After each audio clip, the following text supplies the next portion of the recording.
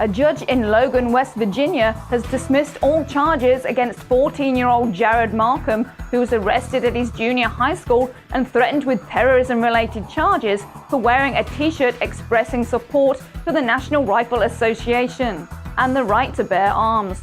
Markham was eventually charged with obstruction for refusing an unconstitutional order to remove or cover the T-shirt after a teacher confronted him in line at the cafeteria. Had the prosecution proceeded and Markham been convicted, he faced up to a year in jail and a $500 fine.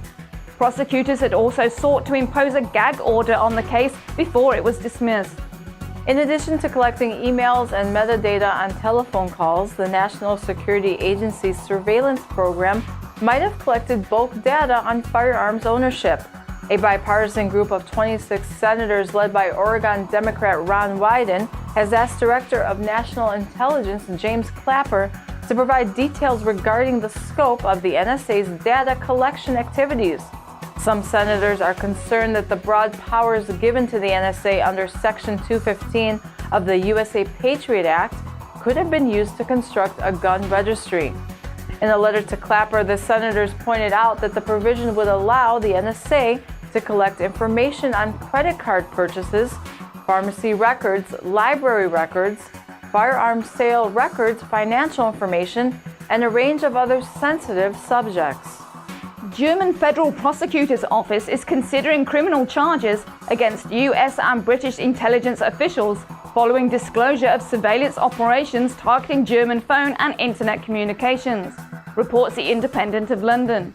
Describing the NSA-run surveillance operations as reminiscent of the actions against enemies during the Cold War, Justice Minister Sabine Lüthaser-Scharrenberger has demanded an explanation from Washington and London.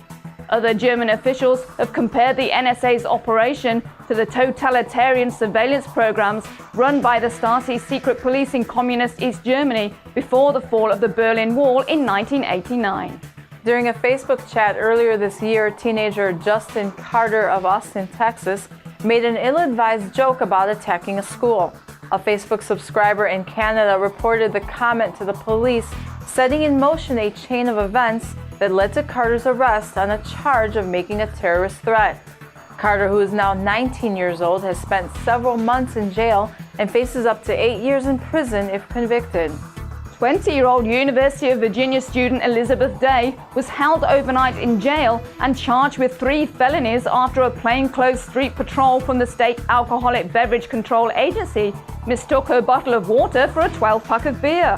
Day and her roommates didn't recognize the 6 men and a woman in street clothes who swarmed their car. Because she didn't immediately roll down her windows and turn off the motor, Day was charged with 2 counts of assault on a law enforcement officer and 1 count of eluding police. After pulling out of the parking lot, the woman dialed 911 and then stopped for an officer whose vehicle was running lights and sirens. The charges against Day were eventually